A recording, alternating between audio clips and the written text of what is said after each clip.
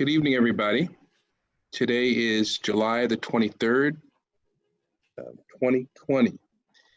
We are here this evening in advance of our normal business meeting because as we are required by law to convene charter school public hearings, and I believe we have 3 of them today. For the purpose of creating a record in compliance with state law, I'm going to read you all the language that is required to introduce these types of hearings. Again, I would remind you all, we have 3 tonight. So we'll open up the hearing with the first one. I'll adjourn that one, and then we'll do 2 others in the same manner. So why don't we begin with convening the public hearing on the Citizen and Science Academy of Rochester Charter School. Again, today is July the 23rd, 2020. The time is now 6:06 p.m. The education law and the regulations of the Commission of Education require that the board conduct a public hearing within 30 days of the receipt of a notice of an application for a new or revised charter school. The Board of Education of the Rochester School District is conducting this public hearing regarding a request to establish a new charter school within the city of Rochester. The purpose of this hearing is to gather public input to provide to the New York State Department of Education regarding that particular charter school's application.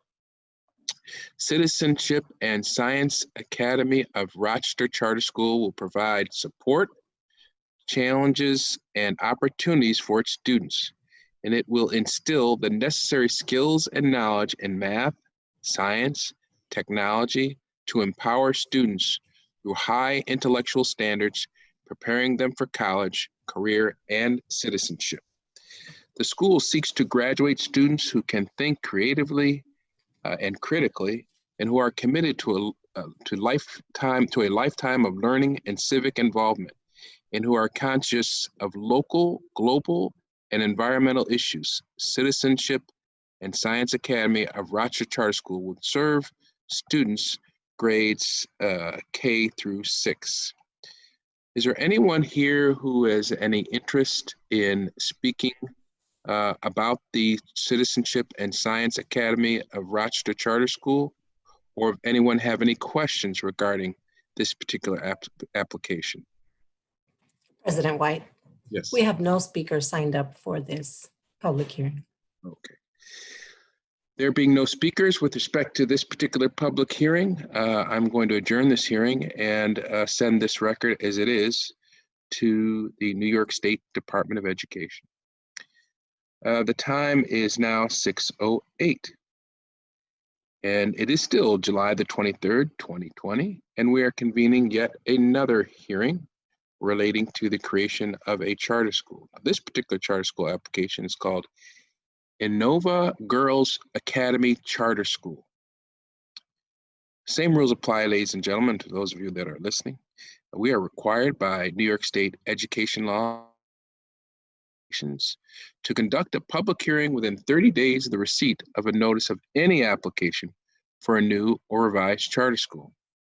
The Board of Education of the Rochester School District is conducting this public hearing consistent with those regulations and that law regarding this particular new charter school's request to create a charter school within the city of Rochester.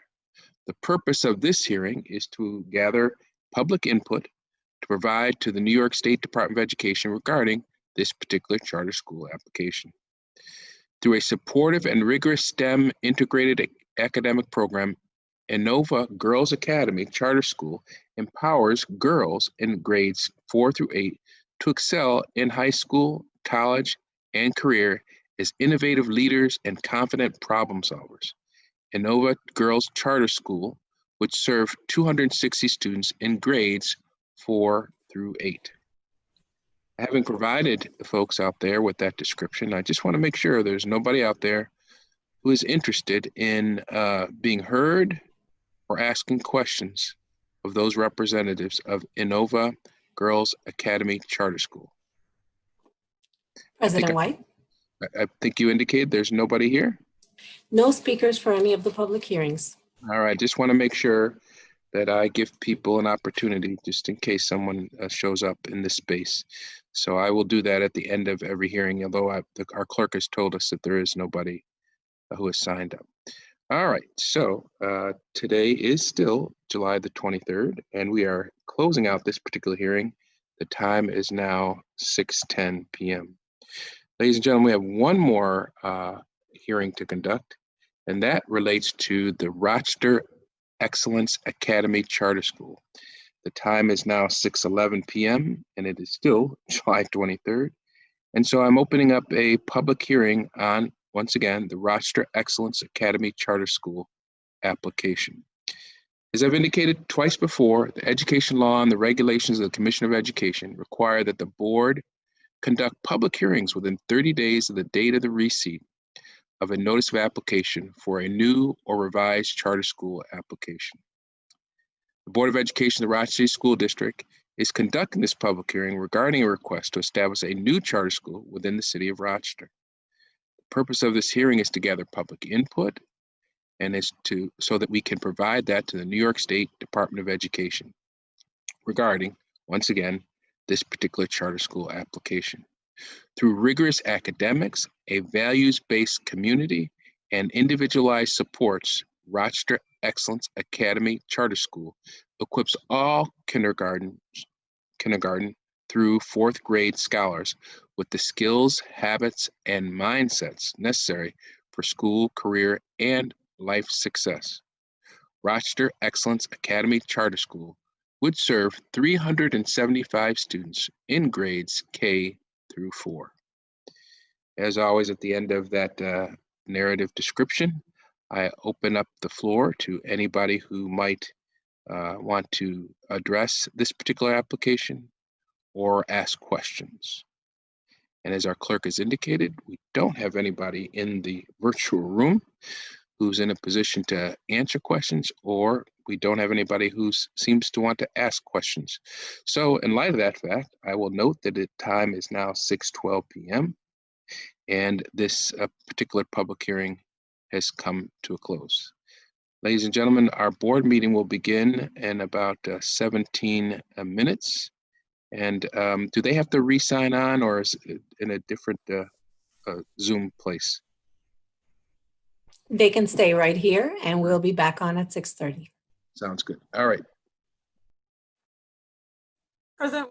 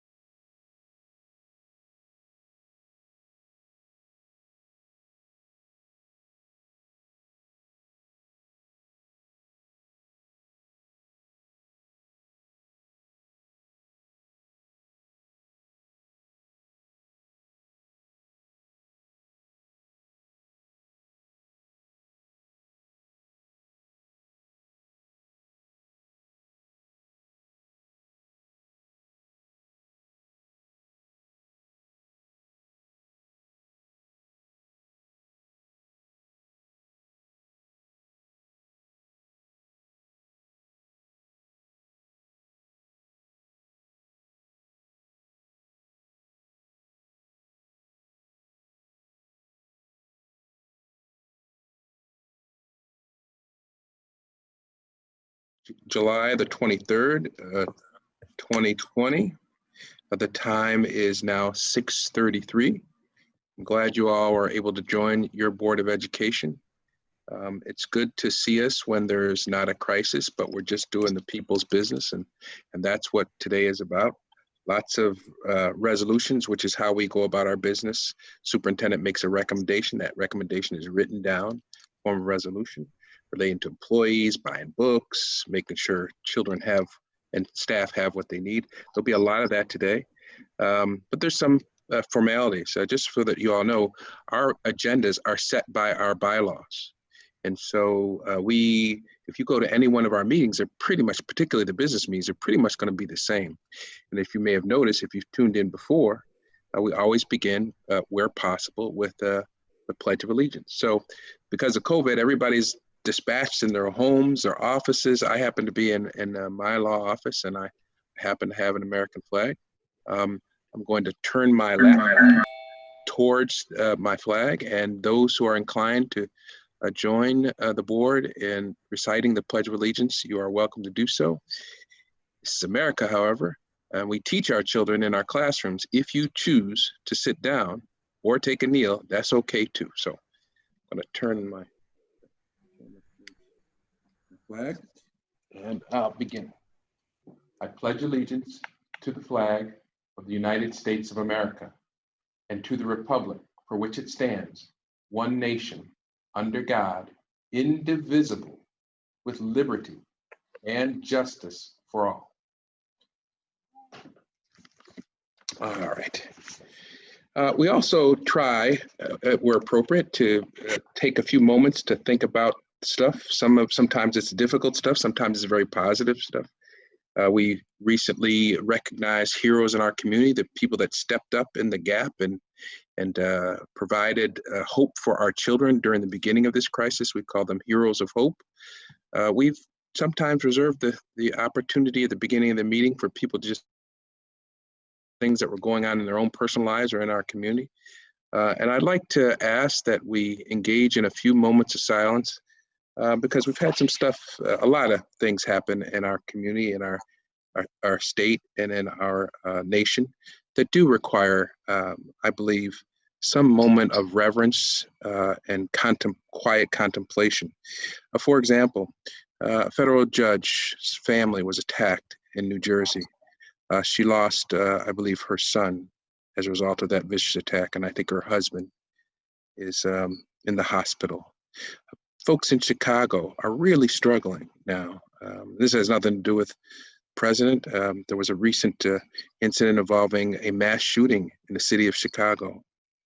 And then, of course, we know that things are going on in states where many of us have family members, Arizona, Florida, Georgia, really struggling with this whole COVID crisis. And while we can point the fingers of blame, we really ought to just put our hands together and just, where we can, pray for these folks. So if you don't mind, let's just spend a few brief moments putting our hearts and our heads in the right place, which is directed towards these folks that I've mentioned and the many that I have not, and just send them some positive vibes, prayers, or whatever it is that you believe makes this world or somebody's situation better.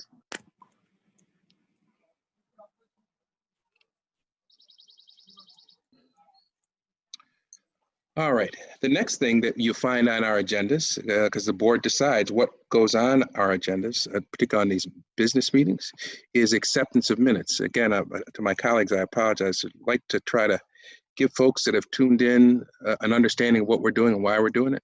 Minutes reflect what the board has decided or talked about in prior meetings. So our bylaws require that we approve those minutes. And so we have a series of minutes, written recordings of our prior meetings. I'm going to read off the list of those meeting dates, and then one of my colleagues is going to make a motion to approve all those minutes, the collective minutes that I'm going to read off. So here they are. We had a special meeting on April the 7th, 2020. Had a special meeting on April the 28th, 2020. We had another special meeting on May the 12th, 2020. Another special meeting on May the 18th, 2020, another one on May the 21st, 2020, public hearing, an SRO. We call it SRO public hearing. We're talking about the SRO stands for School Resource Officers, and that was conducted on May the 21st, 2020. We had a discussion and a meeting about our EPO. That's the Educational Partnership Organization. That's the University of Rochester at East High School. And that meeting was on June the 4th, 2020. And then finally, we had a business meeting, which is what this is, but that meeting occurred on June the 18th, 2020. So can I get a motion to approve those minutes? Motion. Thank you, Commissioner Adams. Is there a second somewhere out there? Seconded. I think I heard Commissioner Malloy say she was second. All those in favor of approving those minutes as drafted, please indicate so by turning on your video and tell our clerk your answer is yes, you approve. Aye. Aye. Aye. All right. I think we got it all. Commissioner Powell, you're wearing the Catskills or something like that? I am in Lake Placid. Lake Placid, okay. I climbed Mount Gray yesterday. Wow. That's the highest trailless peak in the Adirondacks. My goodness, geez, technology is something else. And I guess you're in your car now? Yeah, we came into town to get the Wi-Fi and grab some dinner. Okay, all right. Well, thank Mr. goodness President? for technology. Thanks for joining us. It seems like it's on your vacation. We appreciate that. Yeah. I would note that. Mr. President? Yes, ma'am. I'd like to take a point of personal privilege. I was going to try to do that before you talked about the minutes. Is that possible for me to do Well, that? we just approved the minutes, so you're good to go. You go ahead. Yeah, I just want to take this opportunity as the president was honoring and we taking a moment of silence for things that are happening in our world. This city, this state lost a great man, the Honorable Assemblyman David Gant, who I consider a brother, who I consider a mentor. I've known Assemblyman David Gant since I was 19 years old, when I started in my community activist career at the Fight Organization. And so we have been joined at the hip since I was 19 years at the Fight Organization. One of the things that I know about Assemblyman Gant is, well, first of all, he did not want to be involved in politics, but he had a stern mother, Mrs. Lena Gant, who said to him that, is running for the state assembly good for Black people? And he said yes. And she said that, well, you will run. And so David Gant has done a lot of this in honor of his mother, the great Lena Gant. But people tend to believe, well, first of all, people believe what they want to believe. You know, they look at his exterior and believe that he doesn't love this community. Well, the money that he's brought, the millions of dollars that Assemblyman David Gant has brought to this community, speaks to the fact that not only does he believe in ensuring that Black people have an opportunity to get out of poverty, but this whole community, including the city and including the county, and in terms of resources that he's brought to the various universities and colleges. And so his 50 years involved, starting from his tenure in the county legislature and his tenure on the state assembly and becoming dean of the state assembly, says to me, it says to this community, we indeed must honor this great man. He is someone who I love. He's someone, as you all know, he doesn't take a whole lot of garbage from anyone. He speaks truth to power. He tells it like it is. But then once the politics is over, he's willing to work with whomever has been elected to whatever seat that is involved. He has been someone whose first priority has been our community. And so we owe a debt that we cannot pay of the work and the sacrifice that Assemblyman David Gant has made to our community. One person said, and I won't call the name, most of us know this person, but the person said David Gant has fed a whole lot of people. And that's absolutely correct. David Gant has fed a whole lot of people over 50 years in this community. If it were not for David Gant, a number of people will not be where they are, not only in terms of community-based organizations, but in terms of politics. You can see that David Gant's hand is somewhere in the background of his influence and his support of various organizations, various people. And I'd like to just end it by saying this. We say it from a scripture perspective, but I would believe that the community would say to the great Assemblyman David Gant, well done, thy good and faithful servant. Thank you, Mr. President. Vice President Elliott, I'm glad you did that. I mentioned David Gant's service in one of our prior meetings, but you clearly, having had the lengthy relationship that you had with him, you are the best person to communicate what a giant he was in our community. So I appreciate you taking the time to do that, because you are in a better position to do that than I am, and I appreciate that. I know there are a lot of people out there that ride on his shoulders, and to this day, and will continue to. So thank you for doing that. And by the way, just as a factual matter, a legal matter, the assembly seat, and I don't think you mentioned this, I know you know this is one of the things I do know about David Gant. That assembly seat would not have existed but for his having advocated for it.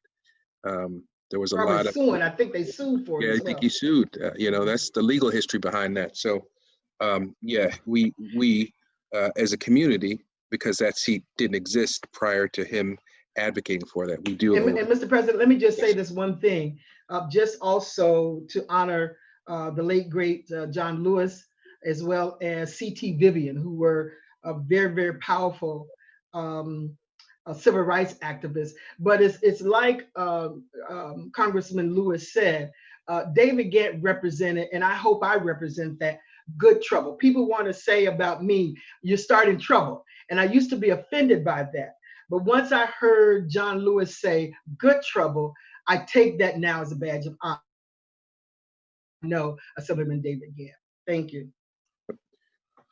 All right, next item on the agenda is speakers. I thought we had one speaker and one written comment, but I thought I saw an email saying the speaker could not be there. Is that right, Madam Clerk?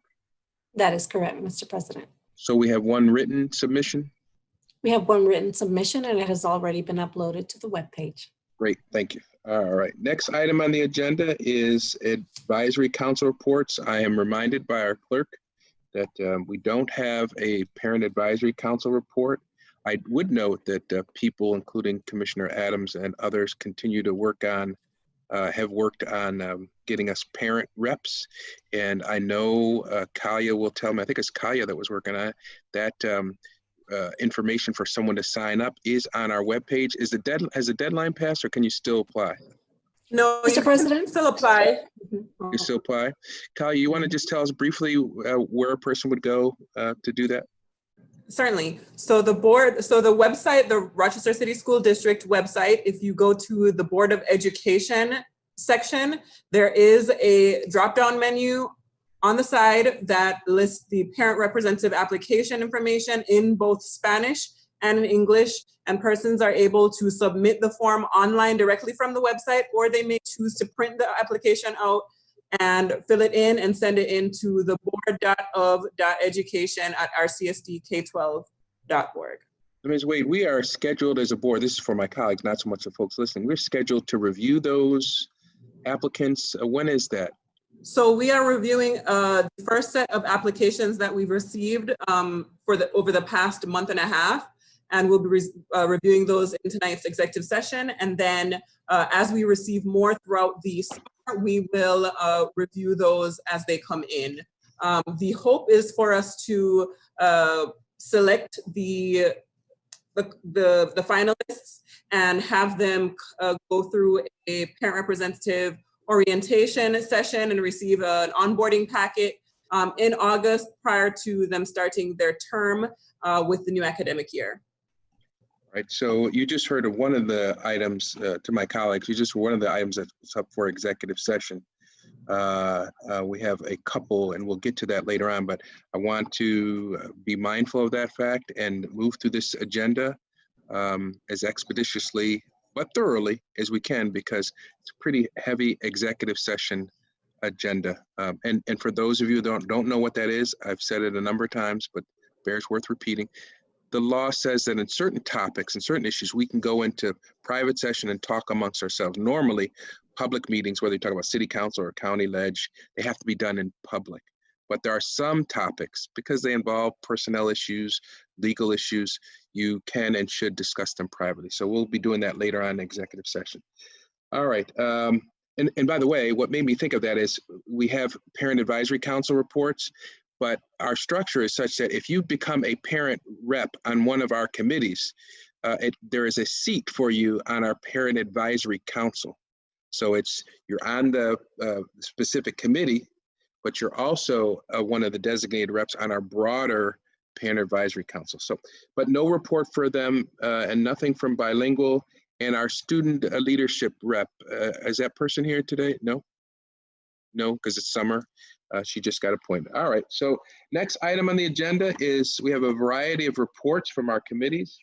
Mine is, the president's report is very quick. I just want to tell you all that I, like the rest of this nation, have been watching with glued eyes in terms of the United States Senate. You all know that the CARE version 5.0, I think they're on 4.0 right now, where they're talking about additional money to localities. This particular bill that's before the Congress, the United States Congress, House of Rep, had already passed a bill. You all know that, but the holdup has been what's going to happen in the Senate. I've been working with my connections in Council for Great City Schools, as well as in Senator Schumer's office, trying to get some clarity. The good news is, you all may have even seen this report on the news. It seems that the Senate has reached some agreement on what their bill is going to look like. It does involve money for schools.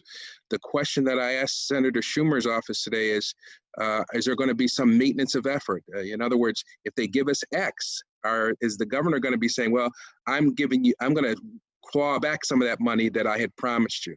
I'm trying to make sure, and the Council of Great City Schools, I'm sure, is going to be on it as well, that the governor is not in a position to do that. If he's not, if we get that money free and clear without regard to other obligations that he may have, help us have a less worrisome year. Let's just say that. So I will keep you all informed on that. And if it requires that we send letters to Senator Schumer, Senator Gillibrand, we will inform you that that is necessary as well. So that is a really critical dialogue, but it's really good news, I think. And I know our superintendent would welcome such news that we were getting some additional resources. It's a one-time deal, but certainly we're not in a position to reject such an opportunity. We just have to be careful about creating systems and hiring people that we can't keep, because this is a one-time infusion of cash. So, and I'm sure Dr. Jallo would be the first to tell us that. So, all right, so that's my report. I'm also charged with sharing with you all 2 reports, because our colleagues are not able to do that today. Actually, one other report, and I'll give my policy report. Indulge me, I'm going to read the policy report pretty much from beginning to end, because Kalia has told me that I need to do that. So I'm good at sometimes following directions. So I'm going to read that, and then I'm going to cover for our chair of finance, who is Commissioner LeBron, who's not able to be here this evening.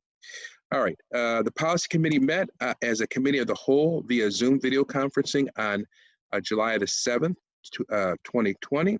General Counsel Carl Christoph addressed the policy committee with regard to the Code of Ethics and its conflict of interest provisions. He presented Superintendent Myers-Smalls suggested changes to the policy as recommended by the state monitor, Dr. Shelley Jallo. Following committee motions, there are that are being submitted to the board as informational. Oh, I'm sorry. The following committee motions, these are being submitted to the board as an informational items in this evening's meetings. The policy committee also received a brief update on the policy deliverable matrix and the policy update chart, where the superintendent recently appointed administrative staff designees to each policy deliverable. Let me just, I know my colleagues understand what that is, but for everybody else, the board's primary job is to create policies that the superintendent and staff or her staff have to comply with. For years, we had lots of policies, they were written, and then they sat on a shelf and nobody paid attention. Well, this Board of Education decided that that practice or that non-practice had to stop. And a few years ago, we listed all the active policies, got rid of those that weren't relevant anymore. And then we said to the superintendent at the time, okay, who is responsible on your staff for this particular policy? And if the particular policy required a report, an annual report or some particular action, when can we expect that to happen? And thanks to our staff, even before Ms. Wade and Carl Christoph, we've been pretty much monitoring what our superintendents have and have not done. So we reviewed that the other day. The committee also discussed the board bylaws, given the decision to consolidate East EPO and the district's general business meeting. A motion was made to amend the board bylaws. That particular policy is 2300 to reflect that the board meetings will take place on the fourth Thursday of each month. In the policy committee meeting on June the 2nd, 2020, the committee agreed by majority vote to advance the following two additions to the standards of conduct section of Appendix A of Policy 2160, Code of Ethics. Keep abreast of issues in education, participate in training relevant to board service. These additions are consistent with our obligations as board members and with actions we as board agreed to take in our response to Dr. Aquino's Distinguished Educators Report. The proposed amendment is being presented to you today as an information item in accordance with Policy 2410. Informational items. This is what Kalia told me I definitely had to remind you of, and it's going to be at the end of our meeting under new business. Members of the policy committee reviewed policy update proposals. These proposed policies are introduced this evening as informational items, which means they're just going to become before the board today as documents. We're not going to discuss them. Code of Ethics policy, updates regarding the standards of conduct, that is Appendix A, and board bylaws policy 2160, also board policy 2160, updates regarding the date of the board business meetings, and I referenced those earlier on. Our next policy committee meeting will be on Tuesday, August 4th, 2020. All right, again, I appreciate my colleagues' indulgence. I'm going to now read to you on behalf of Commissioner Beatrice LeBron, who is Chair of Finance, her Finance Committee report. The Finance Committee met on Tuesday, June 21st, 2020, as a committee of the whole. Those listening, committee of the whole means it's the whole board. Normally, committees are made up of a subset of the full board, but we decided a few months ago, probably close to a year ago, that we would meet as a whole in all of our committees so that everybody could stay informed. The Finance Committee recommends for approval the following reports. The district's unaudited pre-year end June 2020 financial report. The Finance Committee's discussions during the July meeting focused on a variety of topics and several presentations were made. Acting District CFO Carlene Price presented the pre-year end financial report in her first address to the board in her new role. The financial report was accompanied for the first time by an addendum document. This document presents the reported data in a more readable and easily understood way. The public is encouraged to follow along by referring to this resource when reviewing the monthly financial reports going forward. The committee also received a presentation on the fund balance and the cash flow projections and discussed the impact of a revenue anticipation note, also referred to as the RAN. Discussions also focused on the district's challenges for 2020 and 2021 and how to address the overwhelming fiscal crisis through various mechanisms, including initiation of a district budget freeze. The highly anticipated charter school reconciliation report was also reviewed, and discussions here centered on charter school enrollment and funding concerns. Finally, the committee reviewed the 2019-2020 fourth quarter substitute teacher report as presented by HR Administrator Maurice Snipes. Note, it is important that the upcoming finance meetings will feature professional development sessions on a variety of important fiscal topics related to the district, and more information will be provided in the August meetings on these matters. Our next Finance Committee meeting is August the 18th, 2020. Ms. Wade, did I miss anything? All good. Just ask for a motion to accept the financial report. See, I know I need to ask you if I forgot anything. Is there a motion to accept the finance report? Motion. Thank you, Commissioner Adams. I need a second. Seconded. Thank you. All those in favor of accepting the finance report referred to in Commissioner LeBron's written report, say aye. Aye. Aye. Any nays?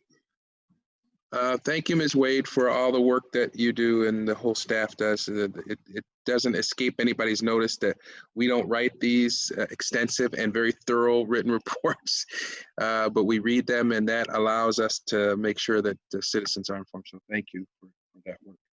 I also want to thank Commissioner LeBron for her diligent work on the Finance Committee. So, all right, next item on the agenda is Superintendent's report. I understand that there is a joint presentation, but Dr. Myers-Small, are you gonna go first?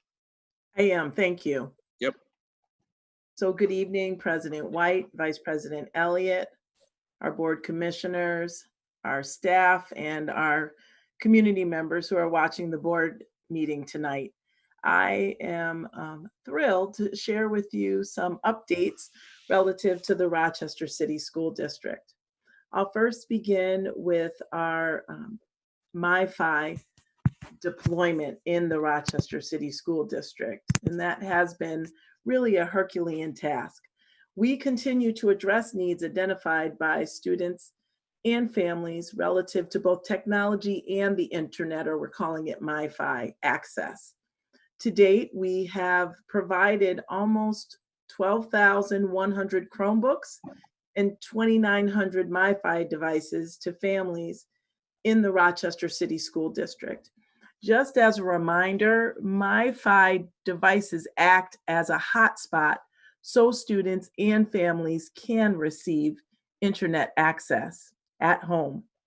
As we prepare for the fall of 2020, we will continue to make sure that technology and the internet are not barriers for students to access their learning.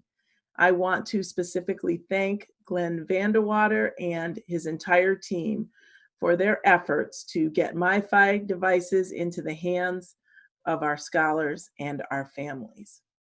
The next item I'd like to share is that earlier this month, I had the pleasure of visiting the homes of 14 Rochester City School District students who were honored as a part of the Michael C. O'Loughlin Outstanding Senior Recognition Program.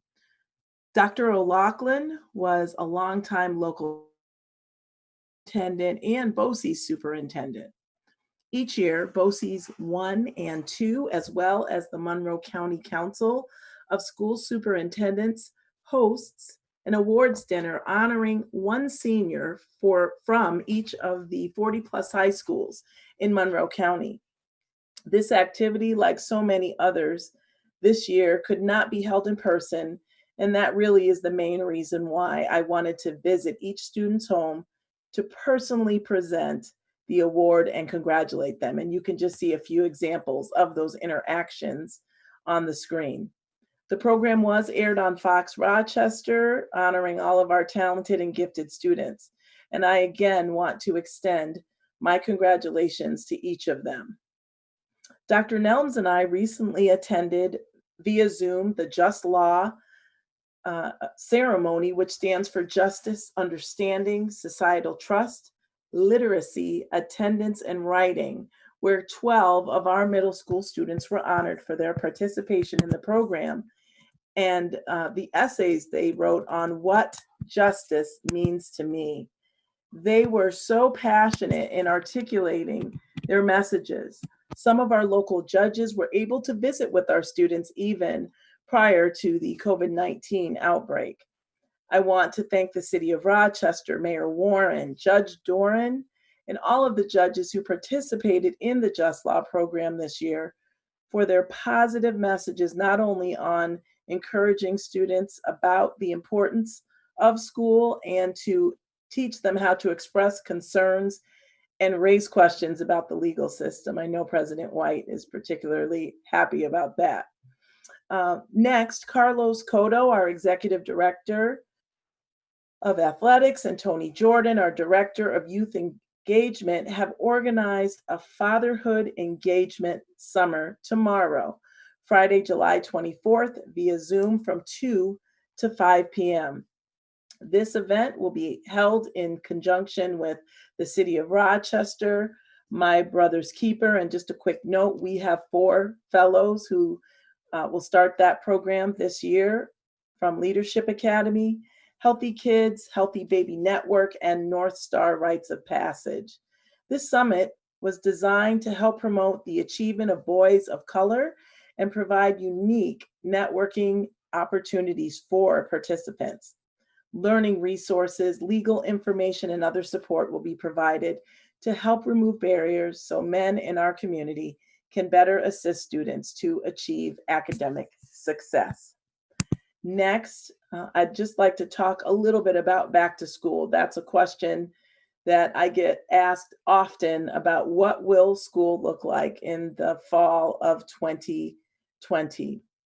So just a little bit of background information. If you go to the next slide.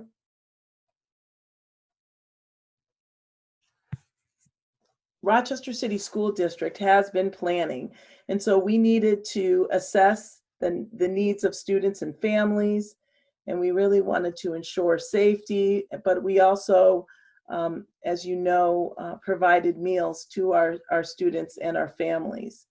And so we've needed to quickly provide educational materials to students to ensure that they had what they needed from March to June. And we also put technology, as I mentioned, both Chromebooks and the personal hotspots into the hands of our students in grades 4 through 12. We also know that there is a 145-page guidance document from New York State that was released on July 13th, or I'm sorry, from the Department of Health on July 13th. And Governor Cuomo has shared with us what his guideposts are as far as our region being in phase 4 and what the infection rate needs to be maintained at, below 5% or lower, using the 14-day average, and then sharing that schools will close, which meaning non-brick and mortar attendance if the infection rate is greater than 9%, using a 7-day average after August 1st. So next slide, we know that we received the 145-page guidance document from the New York State Education Department. We have looked at that document multiple times. We also have subcommittee groups of different individuals who are working together because there are several subsections of that plan that need to be fulfilled. And there are very strict parameters that districts must follow in order to. So we have a task force and the subcommittees, and we have that deadline of July 31st to get our plan in. So what are some of those specifics?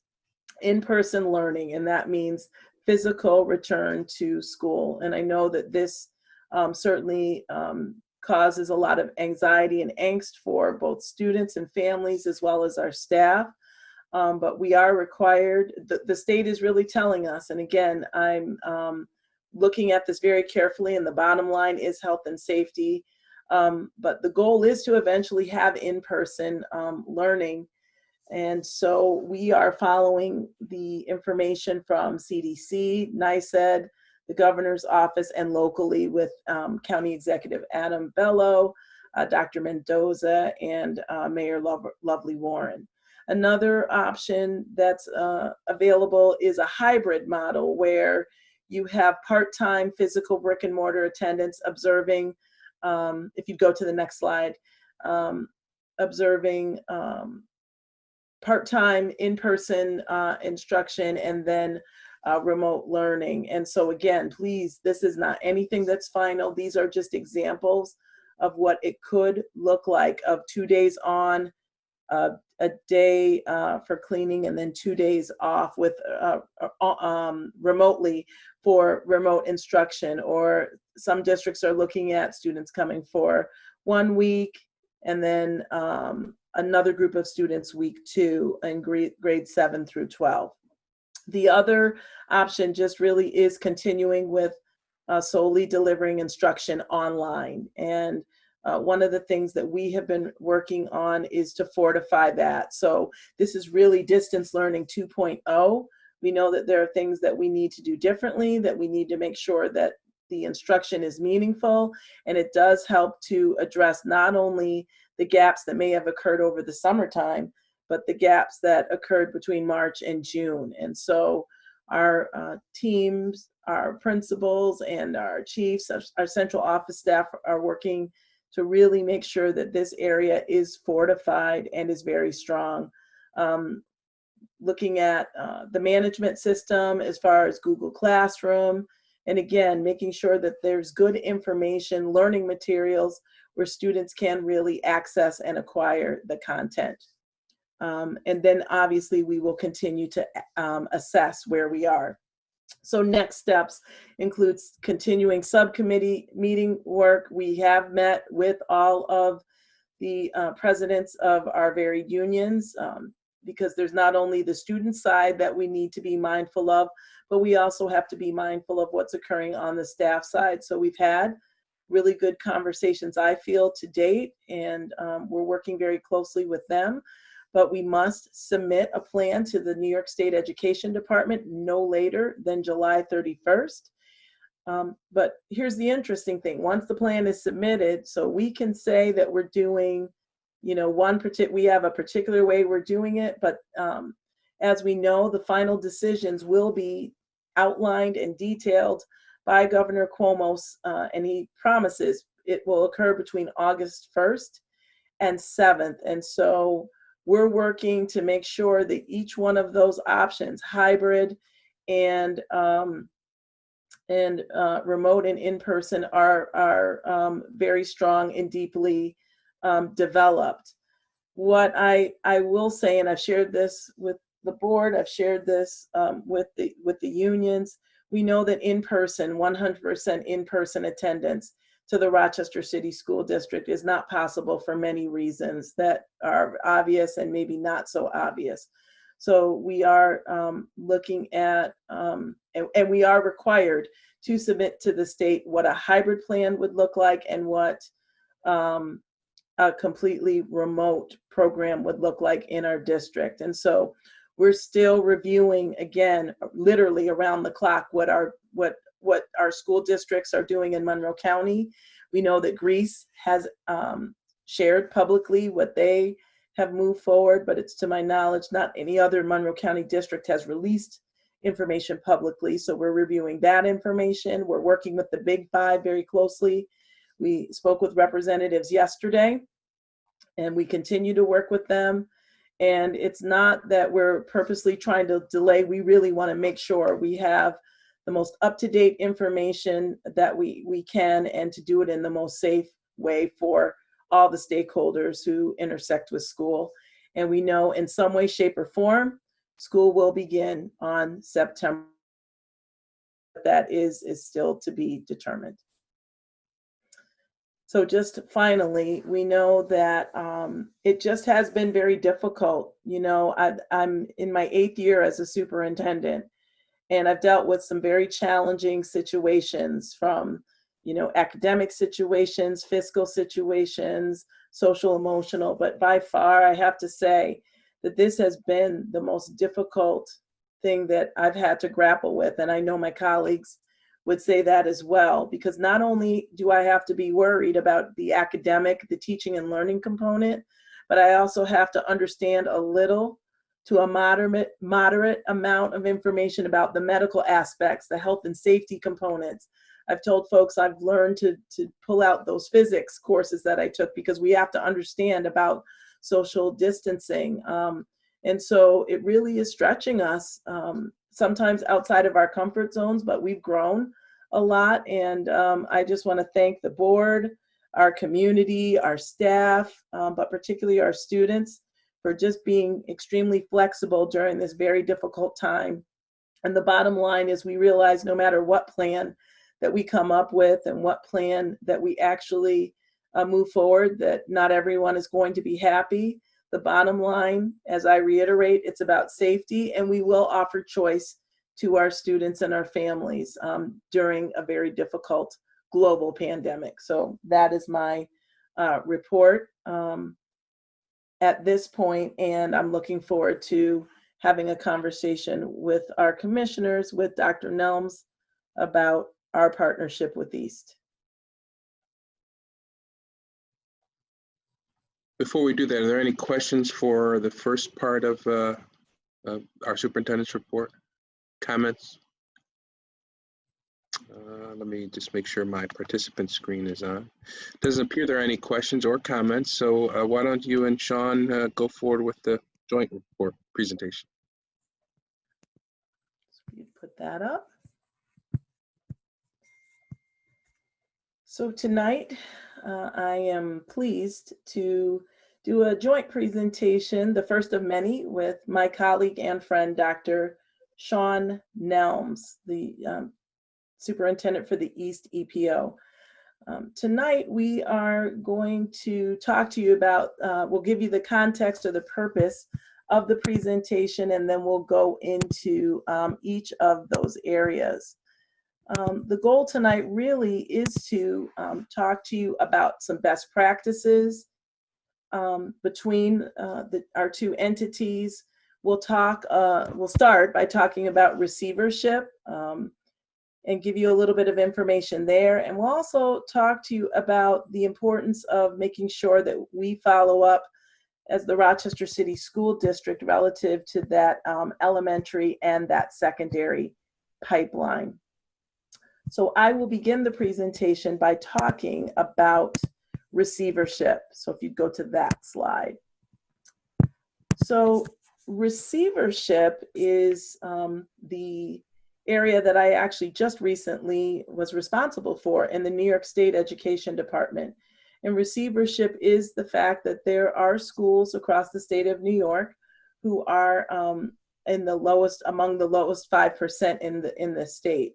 What has been very encouraging to see in the Rochester City School District is that there have been improvements in moving forward. So our goal mutually between Rochester City School District and the East EPO is to get our schools removed from the receivership list with meaningfully. And so how do we do that? We certainly want to make sure that we implement monitoring processes for each school, and we do that with consistency. And so we really would have that occur on a monthly basis to assess the current status. And there are these indicators that are called DIIs, demonstrable improvement indicator. And so there are targets. So there's where the school currently, how they are performing in that DII and what is the goal that they need to reach. And so these monitoring processes helps to hopefully reduce the gap that exists from where they are and where they hope to be. And so we have, Rochester City School District, just looked at our SPA, our data tracking, and we have made some shifts under our incoming Deputy Superintendent, Dr. Morris, as well as Deputy Superintendent Martinez Davis. So we just made that decision last week. So we're excited to share what that looks like. Team. We also need to make sure, nope, stay on that one, please. We also need to make sure that we identify plans and resources needed for each school. So we know what those gaps are. We know what the issues are relative to the DIIs, but then what types of resources do we have in place to support the metrics relative to having us be removed from receivership. And we can look at that from math to ELA, targets, chronic absenteeism, graduation rates, etc. Additional strategies involve targeted professional development. And where we know where we have a lot of, not concern, but where our subgroups are not performing are our students with disabilities, as well as our multilingual learners. So we're working on assessing and monitoring student achievement and accountability, but also in this virtual learning mode that we have professional development as well. We want to ensure, and I saw this very much so apparent at East as far as collaborative planning, expectations, and consistency across all of the content areas, and that is really important. So we'll continue to reinforce that. I'm very excited about if and when we're able to physically get in each other's brick and mortar spaces to do learning walks, to understand up close and personal what happens in classrooms, what happens with administrators working with other administrators, or administrators working with teachers, or community supports, because there are great things that are happening in those 14 schools who are currently in receivership. We also finally just really want to make sure that even though we have COVID-19 and there has been some interruption to our normal daily kind of practices, that we don't let that hinder our progress moving forward. So really making sure that we're utilizing online curriculum and supporting our staff with content-specific goals, and also fortifying literacy. So we are working very closely. We had our first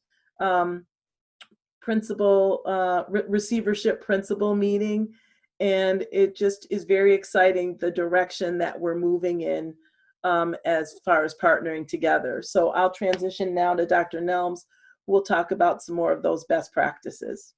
Thanks, Dr. Myers-Small. As was stated, this is about creating a cohesive and coherent plan that will benefit all students and staff and parents throughout the Rochester City School District. And it's interesting that we began today's meeting with accepting applications or voting on applications for charter schools. And Dr. Myers said this a few meetings ago. If we want to have kids stay in the district, we have to be competitive and offer something that is attractive to and for parents. And so our effort is to take the learnings that are happening throughout the entire district and to create networks of support and learning so that all students will benefit from that. As part of the Facilities Modernization Plan, this board allowed us to redesign the small auditorium into a technical assistance center at East. For those who have visited, you'll know that it's filled with technology and movable spaces. It also it has video cameras that will allow us to tape and stream professional development so that teachers throughout the district who are interested in transforming schools will have access to that learning. And that means that also other schools throughout Rochester will use that space to share with their colleagues also. So this is not an East specific room. It is the RCSD's property and space for us to come together and talk about the best ways to enhance teaching and learning. It's also important to note that our East principals have already attended sessions with RCSD principals to think about how to best support all students and staff, to discuss ways of improving attendance or engaging families.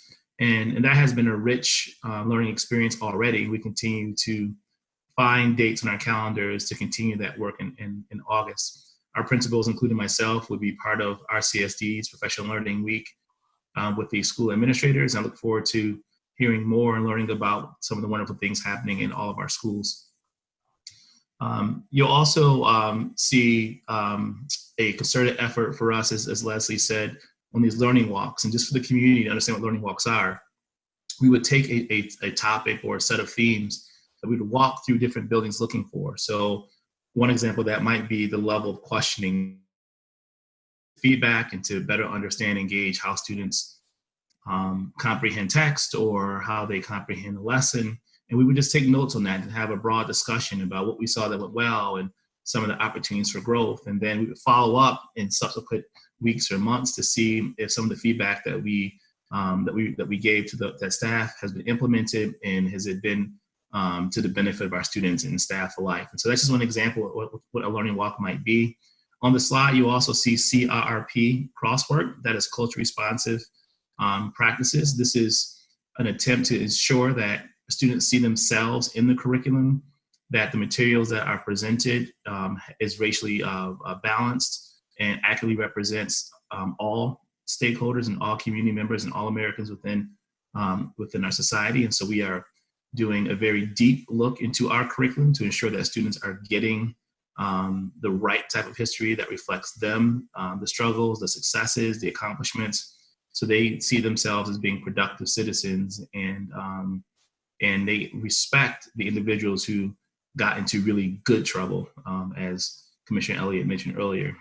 Brother Lewis also said necessary trouble. And so we're going to make sure that the curriculum reflects both good, necessary trouble that many of our ancestors went through to make sure we have this free society. The next slide is a revisit. We're going to revisit Resolution 717, which was an elementary pipeline between a local school. At the time we discussed School 33, but there are other schools also within the proximity to East and East. And so that we would have a feeder pattern of students where we would support their curricular needs. And this would be an opportunity for both Dr. Myers-Small and myself to be very innovative within a neighborhood construct, but also making sure that we enhance what students are getting and families are getting through a community school model. So community schools is the services that come to a community to support that community. Neighborhood is the geographic boundaries around it. So you would have kids from the community going to a space or a place like East, and then all the community resources coming to that area. You'll see that I've mentioned in the past, Lorna Washington for East has been responsible for building this community school, neighborhood school model, where we originally saw less than 5% of our kids attending East who live in the community. That number has increased in 5 years to 36% of our kids live within the community. And so they're getting access to the dental suites and the vision care. And so we're thinking, how do we innovate in this space so that we can look at this model, learn best practices, and then share that throughout all schools like 17 and like some other schools that have a community school type model also. The next slide, I believe it transitions to Dr. Myers-Small, where she's going to talk about the commissioner's expectations for this collaboration between East and RCSD. Sure. So Dr. Nelms and I do have meetings with the Commissioner of Education, the Deputy P12 Commissioner of Education, and some of their other staff. And so a few weeks ago, we did meet with Interim Commissioner Tahoe to just talk about the relationship she shared with her, obviously her expectations that our schools that are in receivership, that we would work to move that academic needle in the positive direction, and we're absolutely committed to doing that.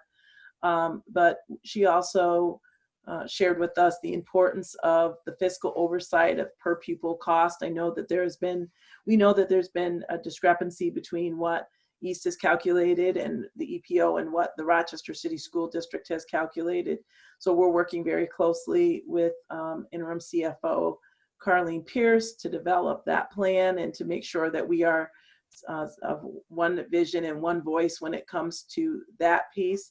As Dr. Nelms talked about the elementary pipeline, but we know that there has been a difference in the what the demographics of the East EPO as opposed to the Rochester City School District. But as Dr. Nelms and I have shared, we do have, that exists in some of our other schools as well. But creating that pipeline will help to balance out some of the discrepancies that exist as far as the demographics. And I think most importantly is that we are really committed to moving forward purposely and with intentionality. And just even after President White sent us the email that the EPO had been approved for another 3 years, and that he had an expectation of us to put this presentation together. East reached out to us. We scheduled a meeting very quickly. And as we were talking through how to even put the presentation together, East and Deputy Superintendent Martinez Davis, they went off, took our conversations and put the presentation together. So this truly was a collaboration in pulling this all together. But the bottom line, regardless of what the commissioner says that we need to do, this is good practice. And our goal collective, individually and collectively, is that we provide a high quality education for all of our scholars. And that really is the bottom line for us, both Dr. Nelms and myself. So last slide. This really is about. Can I just say this one thing? Just for those who, just for the community, that resolution 717 is a perfect example of the type of collaboration that Dr. Myers-Small is already demonstrating in her leadership. That's a resolution that was passed, I believe, 2 years ago, possibly 3 years ago, that was never implemented. So this is not a new idea, the idea of creating a pipeline. This was created years ago, it just was never implemented. And so I am really encouraged by Dr. Myers-Small and her attempt and direction to follow through with the things that we agreed to. And as she said earlier, the demographics are unpredictable for all schools if there's not a feeder pattern, and so, or a pipeline towards some type of measured and structured strategic pipeline. And so this attempt a few years ago was to avoid exactly what we have now. And so I am extremely encouraged and pleased that you sit in that seat, Dr. Myers-Small, so we can really go after the real issues and not get caught up in some of the political issues that curtailed our collective success in the past. So thank you so much. And I want to thank Dr. Martinez Davis for her openness in helping us to put this together also. Sorry, I muted. So that's the end of our presentation. We are very grateful for the opportunity to present, and just want to open it up to our commissioner, President White or Vice President Elliott, or the other commissioners. Do you have any questions for either Dr. Nelms or myself? Anybody have any questions, comments? Well, it doesn't appear there are any, but I want to back up just a bit. Dr. Myers, to your original report, I wanted to note that I thought Glenn did a great job at that conveners meeting the other day. I was just sort of lurking in the background there at one of those, at the Zoom meeting, but I was there and he did a great job talking about, and I think a lot of people that meeting didn't know, some people at that meeting didn't know what we were doing already in this area. So 2 thumbs up, Glenn, if you're watching. And I'm sure if you multiplied that with the board, that would be 14 thumbs up. So great job.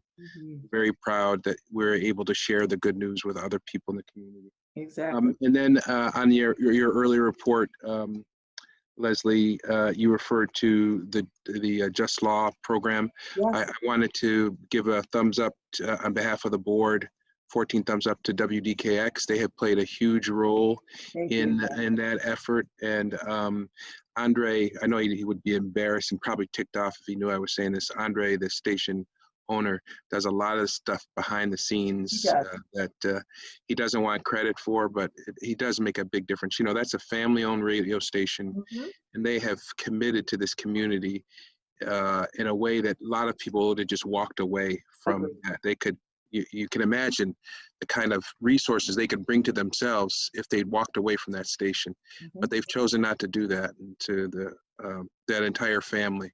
Not just for the Just Law, but we do a significant, and a lot of people don't realize a lot of these stations are not even locally owned anymore. It is one of those few locally owned of color. I also wanted to note, I wasn't at the Just Law program, but I saw Commissioner Adams' daughter was one of those people that won the essay contest. So congratulations. I know you and Mary are very proud of your daughters. They're I mean, if you all want to understand what role modeling parenting is about, you look at Ricardo and Mary and their daughters. They just, yeah, probably some of it's in the DNA, but they are watching what their parents are doing and they are emulating that. And it's a remarkable thing to see. So I know you're very proud, Ricardo, but we're also very proud because your daughters will be the people we'll be speaking about later on as Rochester City School District graduates. I know Sean will also be proud having dealt with them as well. So thumbs up, Ricardo, nice job. We're very proud of your daughters. And so to this most recent discussion, Sean, as you said, we have been waiting for this for quite a while. The board gave a directive. That's what it was. That's what a resolution is. 717. And we've brought it up multiple times and we've talked about it. It just hasn't happened. You know, you can't legislate this stuff. You can't write this stuff down and expect that people are going to do it. You got to have the right people in place. And you are right, Sean.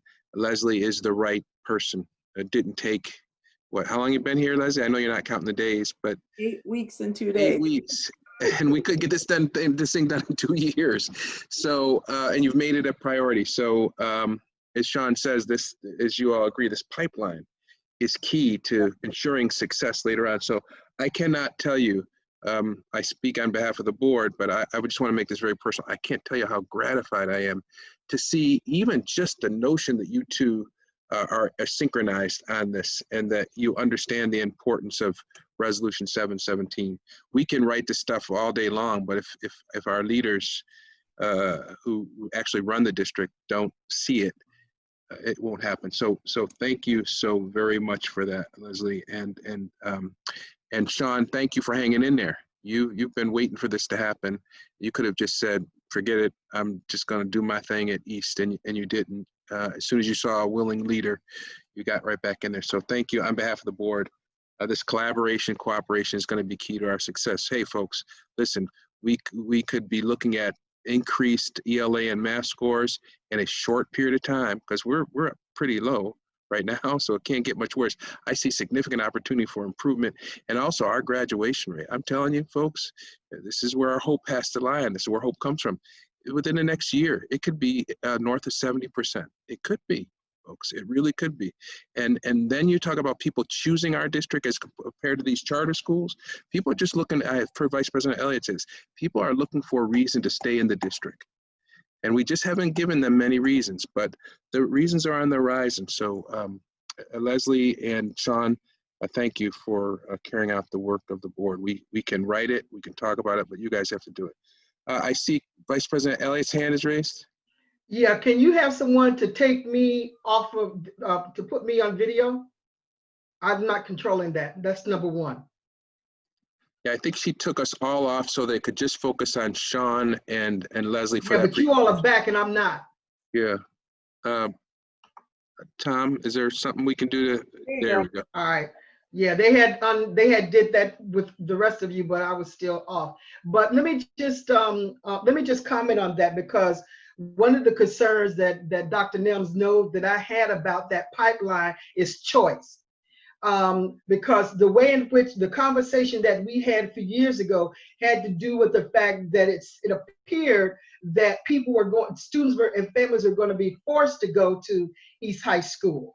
And so that's not what we should be doing, because if families and students have other choices, then we should give them the opportunity. So that was the issue that I had back then, and I'm hoping that we're making sure that we're giving our students, if they don't want to go to East, that they can go to some other school.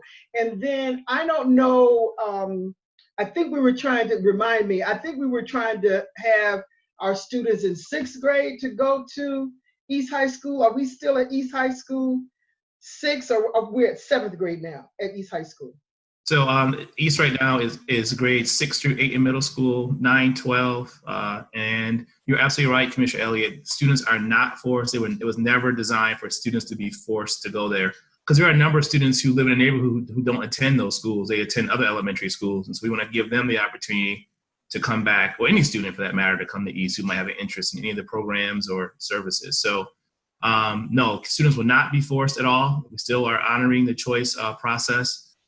We do believe that getting kids in 6th grade, even if it's a small cohort, benefits those kids. When we look at kids who've been with us since 6th grade, they perform extremely well and are graduating, but perform extremely well on the 8th grade assessment. So it's just a, you know, again, it's an opportunity for us to innovate in a space to see how to better service and serve middle school students, and also create pipelines for pre-K through 12. There was also the issue of, again, this was back, when this first came up, about force and about moving the sixth graders from 33 school and putting them over at East High School. And part of that whole issue is that the principal over there had not been a part of those conversations, and teachers was having problems with those students who were going into sixth grade to be moved over there when they had developed the relationships with the school. And I'm hoping that it is about choice, and if we've got sixth graders that want to remain at 33 school, that they have the choice to remain at 33 school. Absolutely, Commissioner. All right, thank you.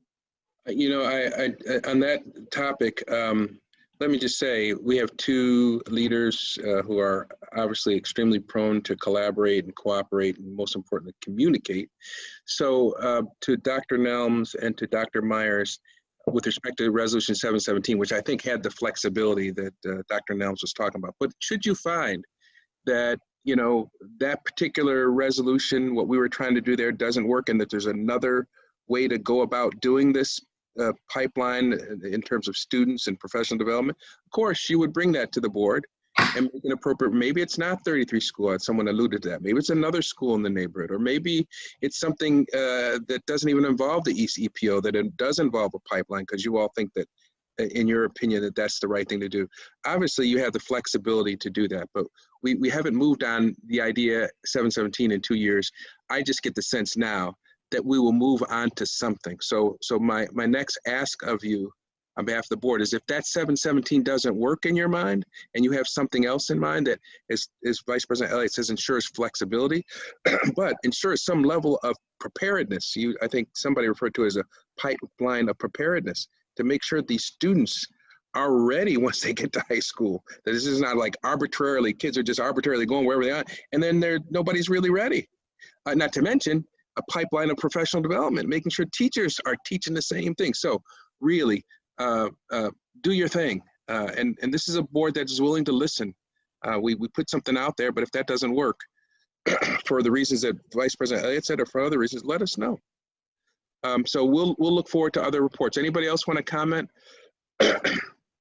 Okay, I think we're good. Next item on the agenda is consideration of resolutions. First resolution that I have, that we have in front of us, is Resolution 6-82. Can I get a motion to discuss Resolution 6-82? Motion.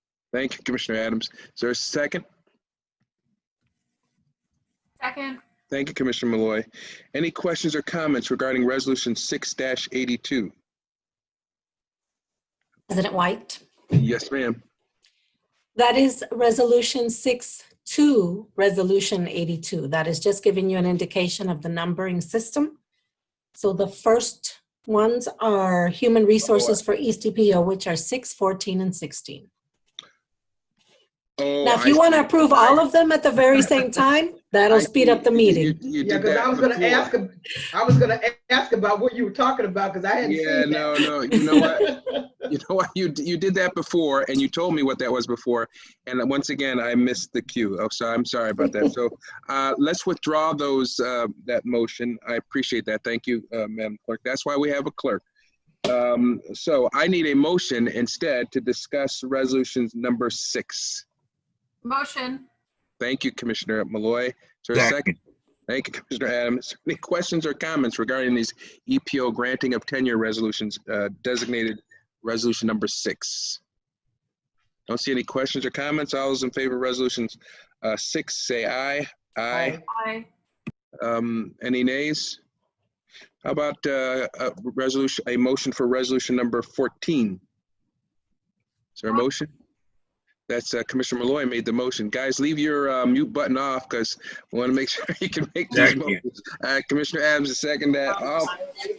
Any questions or comments regarding resolution 14? Mr. President? Yes, ma'am. My video was off for that last vote, so I just want to make sure it's recorded as a yes. Thank you. Did you get that, Madam Clerk? I assume she did. All right, we're on a vote for any questions or comments regarding resolution number 14. I don't see any. All those in favor of resolution number 14 indicate by saying aye. Aye. Aye. It seems like the ayes have it. Next, I need a motion to discuss resolution number 16, EPO amendments. Mr. President, once again, I wasn't able to get my video on, so my vote is yes. Okay, all right, thank you, Commissioner Powell. We are on, I need a motion to discuss resolution number 16. Motion. Thank you, Commissioner Adams. Second. There's a second from Vice President Elliott. Any questions or comments regarding these EPO amendments? I'm sorry, I don't see a resolution 16. Is it 19 that we're on? On the agenda, it says 16. I don't, Madam Clerk, is that? No, never mind. I mixed up my pages. That's all right, that's all right. Are there any questions or comments regarding, did I get that motion before Commissioner Malloy asked that question? Yes. I think I did. All right. So are there any questions or comments regarding resolution number 16? There being no questions, all those in favor of resolution number 16 indicate by saying aye. Aye. Yes. Aye. Ayes have it. Next, we move on to resolution number 19. Is there a motion? Motion. Thank you, Commissioner Malloy. Is there a second? Second. Thank you, Commissioner Adams. Any questions or comments regarding authorization of additional pay for the EPO, designated as resolution number 19? I do have a couple questions. Yes, ma'am. I just want to hear a little bit more about the history behind this additional pay. If Dr. Nelms could perhaps provide that just for the community. Yep. So thank you so much. So since the EPO has been established, we reduced 2 admin positions, and one of which handle a lot of the community schools work. At the same time, we received a grant to fund an additional position, and we decided in 2016 that it was much cheaper to not hire a full-time person with benefits, but rather add that responsibility on to someone who can handle the work, and that was Lorna. And the letter that I sent to the board explained some of the data points that showed her impact. And what we just discussed with moments ago about the pipeline is one of the major responsibilities of the work, in addition to all the other things that that she does. Any other, Commissioner Malloy, did you have some additional questions, follow-up questions? I just wanted to make sure that, if we approve this tonight, I would, I guess as a commissioner, expect that we would have regular updates throughout the year to see some of the progress on that and just the output from this. Yep. Any other questions or comments regarding resolution number 19? There being no additional questions or comments, all those in favor of resolution number 19 indicate by turning on your video and saying aye. Aye. Aye. Seems that the ayes have it. Next, I'm going to, so long as, President, yes, ma'am. no for me. That was a no to This is resolution the number additional pay 19. resolution, right? For EPO, yes. Yep. So you got No. that, Madam Clerk?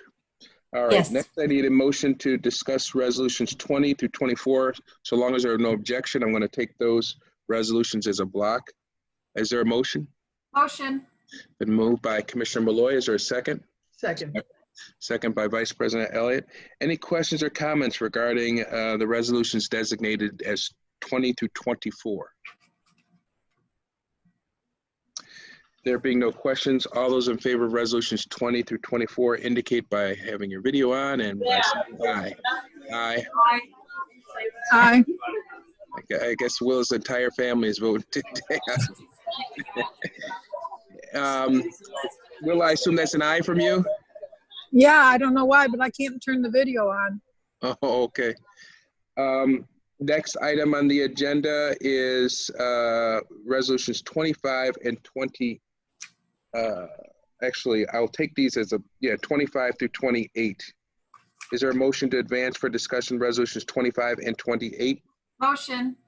Been moved by Commissioner Malloy. Is there a second? Second. Thank you, Commissioner Adams. Any questions or comments regarding resolutions designated 25 and 28? There being no questions or comments, all those in favor of resolutions 25 and 28 indicate by saying aye. Aye. Aye. Aye. Aye. Seems like the ayes have it. Next, I want to move on, so long as there's no objection, to the resolutions on the packet that are designated 31 through 49. Now, mind you, you all have the packet. These are not consecutive. There's some numbers missing in there. But so long as there's no objection, I will take that block, just so that we're clear for the record. It is resolutions 31, 33, 35, 36, 37, 38, 39, 40, 41, 43, 45, 47, 46, 48, and 49. Is there any objection to taking those resolutions as a block? All right, so I need a motion to, Sure. I think I heard Commissioner Adams make that motion. Oh, I'm sorry. Clerk to know that I will be a no on 37. All right.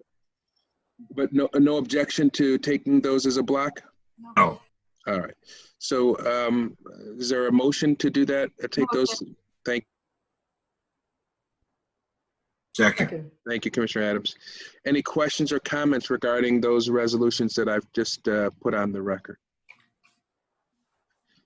There being no questions or comments, all those in favor of resolutions 31 through 49, again, those are non-consecutive, indicate by saying aye. Aye. Aye. And I know Commissioner Adams, and Commissioner Adams, you had a no for 37. 37. And I have a no for 33. Duly noted. Thank you. Next, so long as there's no objection, I'd like to take resolutions 50 through 52 as a block. Is there a motion to advance those resolutions 50 through 52 for discussion? So moved. Thank you, Commissioner Powell. You are there. You got the video now. Is there a second? Seconded. Thank you, Commissioner Malloy. Any questions or comments regarding resolutions 50 through 52? They are entitled additional pay resolutions. Commissioner Malloy? You have a question. So I'm assuming that all of this work is being done remotely.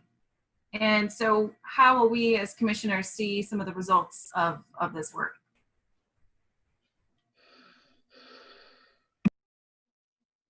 Linda, can you answer that?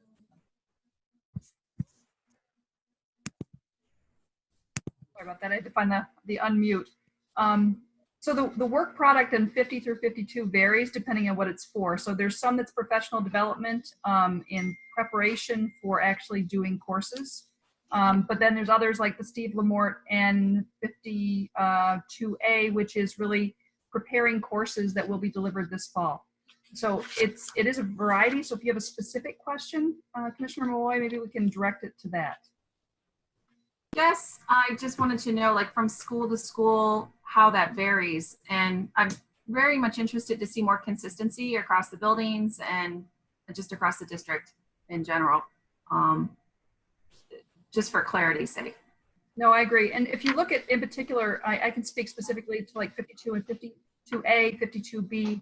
Those are district-wide efforts, whether it's developing formative assessments, for ELA curriculum, that's going to be a 9-12 formative assessment project that affects every building. Steve Lamort and his work is really to push out coursework across every one of our high schools and our K-12 buildings similarly for those courses. So as much as we can, those are district-wide initiatives, just like our reading program has gone K-5 and all the work supporting it is across the entire district. We don't have one-offs in reading programs anymore. So that's just an example of, there was quite a few items in 50 through 52, just to give a couple examples.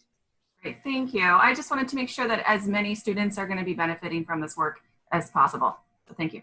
Absolutely.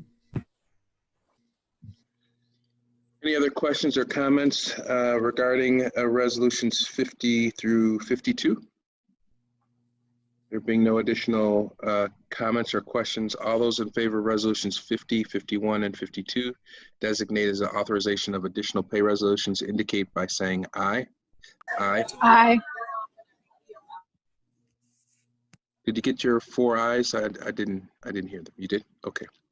All right. So But those you didn't ask for no. I'm sorry, Vice President Lee has voted.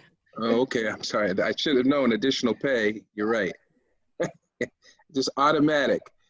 All right, so it seems though that those resolutions pass. Next, I need a motion to discuss resolutions 53 through 69, so long as there's no objection to taking those as a block. A motion. Thank you, Commissioner Malloy. Is there a second? Second. Thank you, Vice President Elliott. Any questions or comments regarding resolutions 53 through 59? 69, I'm sorry, 53 through 69. Mr. President? Yes, Vice President Elliott. So with resolution 53, is a change, I think it's a change order of a negative $47,446. Can Mike, Madam Superintendent, if I can ask Mike to remind me what that negative number is? Good evening, Vice President Elliott. Yes, that's a win for us. That's a deduct. So okay, I thought it was. Yes. All right, thank you. You're welcome. Any other questions or comments regarding resolutions 53 through 69? Don't see any, so we'll go ahead and take a vote. All those in favor of resolutions 53 through 69 indicate by saying aye. Aye. Aye. Any nays? Seems that the ayes have it, Madam Clerk. Next, I need a motion to advance for I'm discussion. sorry, President White, but I could not vote. Commissioner Powell, you still there? That's a yes. Got it? Thank you. Next, I need a motion to advance for discussion resolutions 70 through 82. Now, I'm taking them as a block so long as there's no objection. I don't hear any, so I need that motion. Motion. Thank you, Commissioner Malloy. Is there a second to that motion? Second. Thank you, Commissioner Powell. Any questions or comments regarding resolutions designated as 70 through 82? I see Vice President Elliott has raised her hand. Yeah, I just, these U of R nurses, this whole program there. And this is sort of anecdotal. My experience with a lot of nurses at the University of Rochester has been poor. On a couple of occasions that I have had to have my family members in there, those nurses have not been warm to families. And so I've got this thing. It has just soured me on the nurses at the University of Rochester.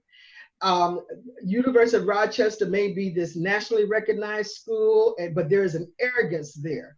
Not only does the U of R have this arrogance, there's also an issue with race in the U of R, as well as most of us know around the sexist issues that they've been sued for. I guess I'm just saying I'm going to be voting no on this. I just don't like, and from personal experience, and from experience that I know that other people who even worked at the U of R around issues of race, I won't support this. And let me just say, I probably am a little emotional about this because of the, I had a family member who was in the neurological unit, and the way they call security of my family. And then, I had another family member out there, wanted to get something to drink, and they just immediately said, don't give him that. And, just the kind of antagonism. And I remember the biker who I think he headed the emergency department. I can't think of his name now, but he was left a quadriplegic.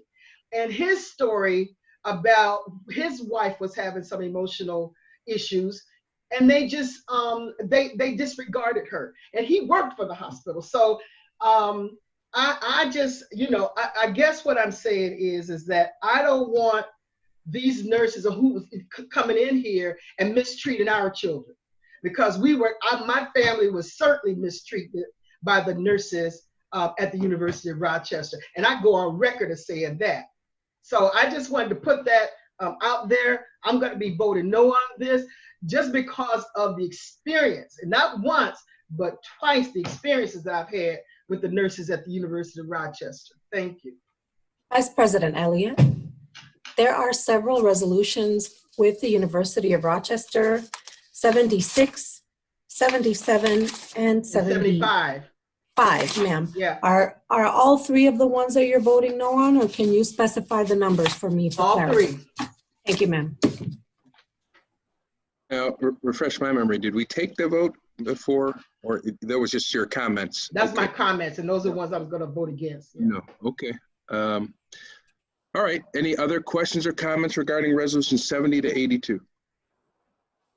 I don't see anybody raising their hand on the participant list. So, Madam Clerk, we're ready to take the vote. All those in favor of resolution 70 to 82 indicate by saying aye. Aye. Any nays? Well, we know. Yeah, I'm no on 75, 76, and 77. Yes, for me. All right. Thank you, everybody. All right, so we finished the consideration of resolutions. I remember folks who are listening, how the board does its business is we do it all by resolutions. We vote on resolutions. Superintendent gives us all these resolutions on additional pay for contractors, for employees, and so forth, and we have to vote on them, and that's what we just did. That's how we conduct basically the most important part of our job. But there are other things that are on our agenda. For example, when I gave a policy committee report earlier on, I indicated that there were some things that we were changing in our code of ethics, in our policies, and our bylaws, and that we were going to address them later on in our agenda. These are what we call informational items. So if my colleagues look to item number 9 on our agenda, it says under new business, those things that I referenced on policy. Are there any comments that anybody would like to make? We're not voting today, of course. This is just informational items. Doesn't appear that anybody wants to add anything. Next item on the Mr. agenda. President, Yes, ma'am. I know I probably can't go back and change my vote, or can I, on the Planned Parenthood resolution? My vote was going to be no on that. Carl, what would be the process for her to do that? I certainly don't have any objection. I just want to make sure we follow proper procedure. Carl, can you give us some guidance as our parliamentarian? Yes, I think that under the relaxed rules of the section of Roberts that deals with small boards, unless there is an objection by a member, the vote can be changed. I don't see any objection to Vice President Elliott seeking to change her vote, so your vote will be recorded a no. And can I also make some comments about this situation? Sure. But this goes back to the U of R having a health clinic at East High School a few years ago, and I never was able to get on the to advocate for this, but and it is law where young girls can go in to a medical facility. In this case, it was East High School, and this was before Dr. Nelms, but they can go in and get birth control as young as 11 years old without the parents' consent. The reason that that's a problem, because it was brought to my attention and the parent did not know that the child was given birth control, and there were some health issues that happened as a result. And it wasn't until she told her mom that she had been taking some form of birth control.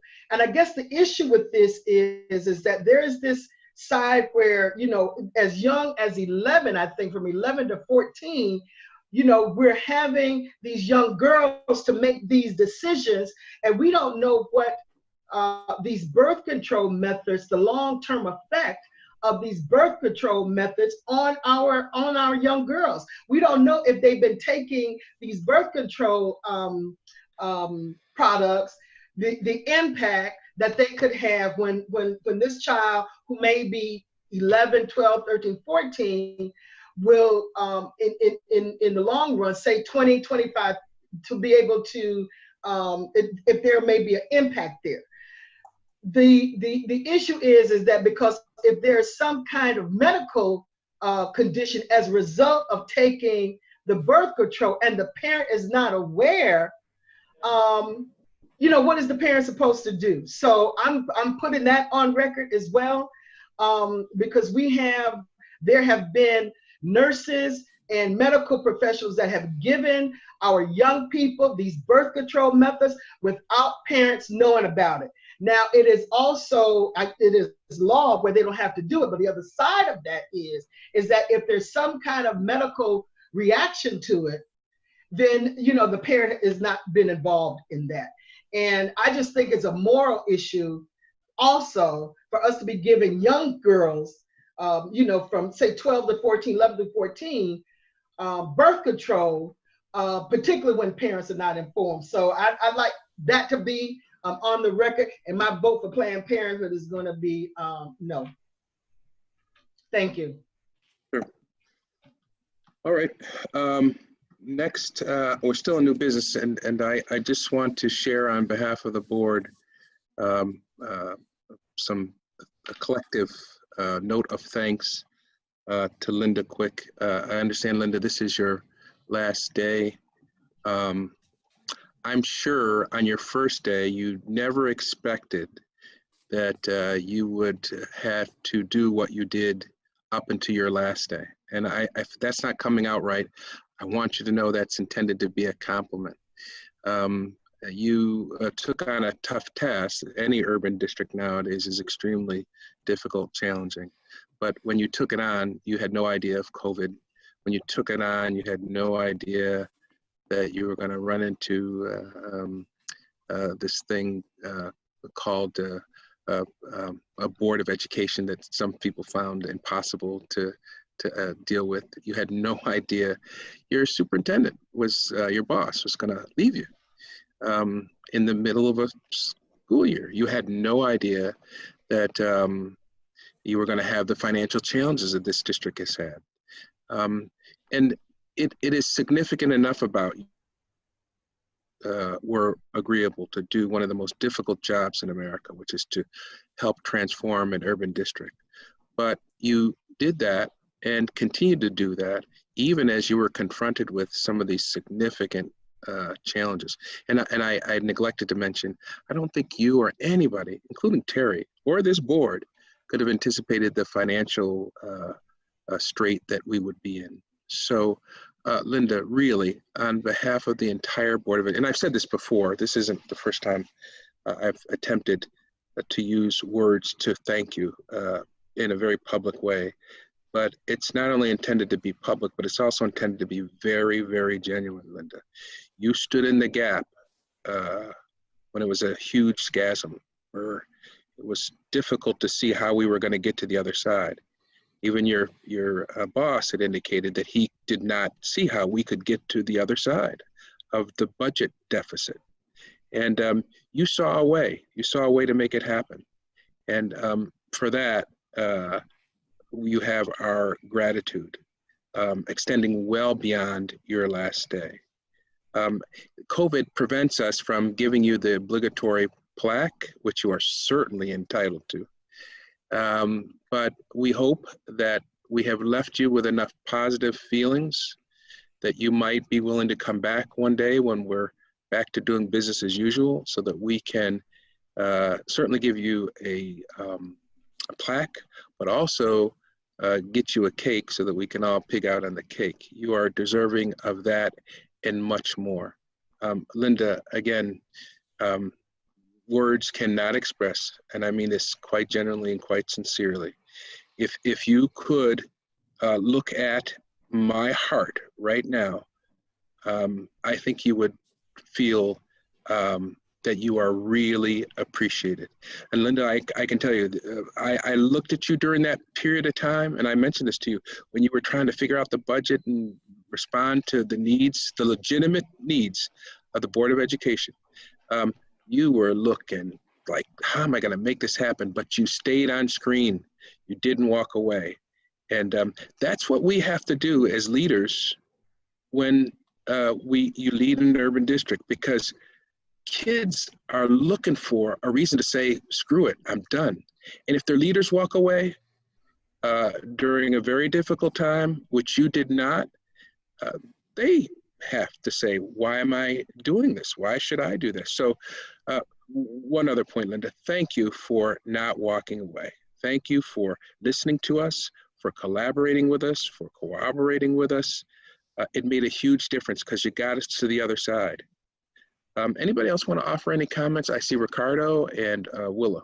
Ricardo and Amy. So I just want to say sometimes the remake on a song is better than the original. And I had felt that I was in a place where my back was up against the wall when the superintendent was here, man. And I was going to have to really swallow my pride and make some decisions because I knew it was my job to try to pass the budget. And I really was in a bad place. And you gave me some space. You gave me some space to respectfully cast my votes on this board. And for that, I really, really appreciate you. It was a lot of finagling went on. And you allowed me to be able to respect myself. So thank you. Amen, amen to that. Yeah, you know, I can't say it any better than you did, President White, especially to what Commissioner Adams added. But as well as you said it, I can't let you speak for me on this. I just want to say, Linda, from my own heart, you were invaluable, and I do hope that there'll be a time when we'll be working together again. Vice President Elliott? Yes, Linda, I just, your demeanor is just a demeanor of resolve. And this is tough. This is tough. You know, I didn't necessarily think you were the right person, you know, coming from the district that you came from, but I have to take those words back. In the midst of this whole thing, you were the glue. And let me just say it's very appreciative of what you have. I will probably remember you fondly for a very long time, along with Linda Simmons, who had to take the reign. And so thank you so very much. We appreciate, and I know it was difficult. You know, I'm not there, you know, the way you are, but to have to take the kind of heat and, you know, everything that went on, and we don't have to get into that, but, you know, from my heart, I thank you so very much for your work. Thank you very much. Amy, Commissioner Malloy. I'll make this quick. Linda, I've really enjoyed getting to know you, and I wish you best of luck in your next position, your next endeavor.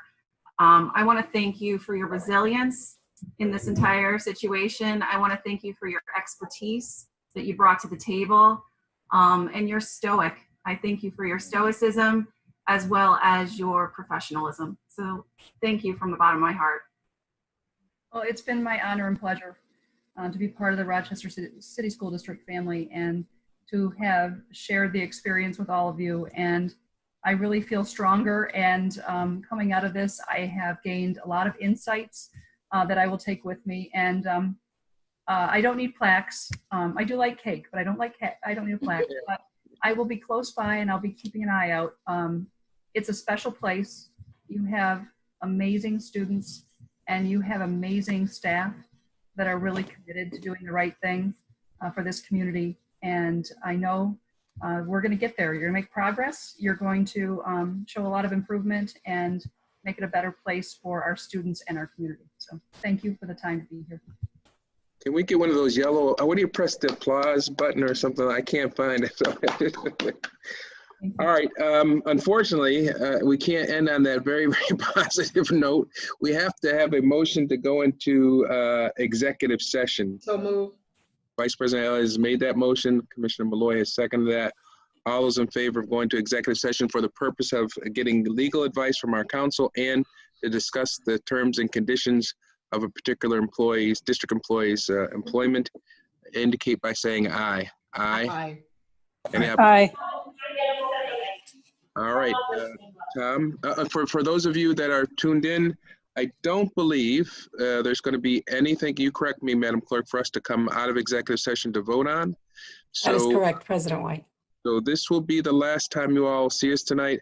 Please enjoy your weekend, be safe, and we'll see you at the next board meeting.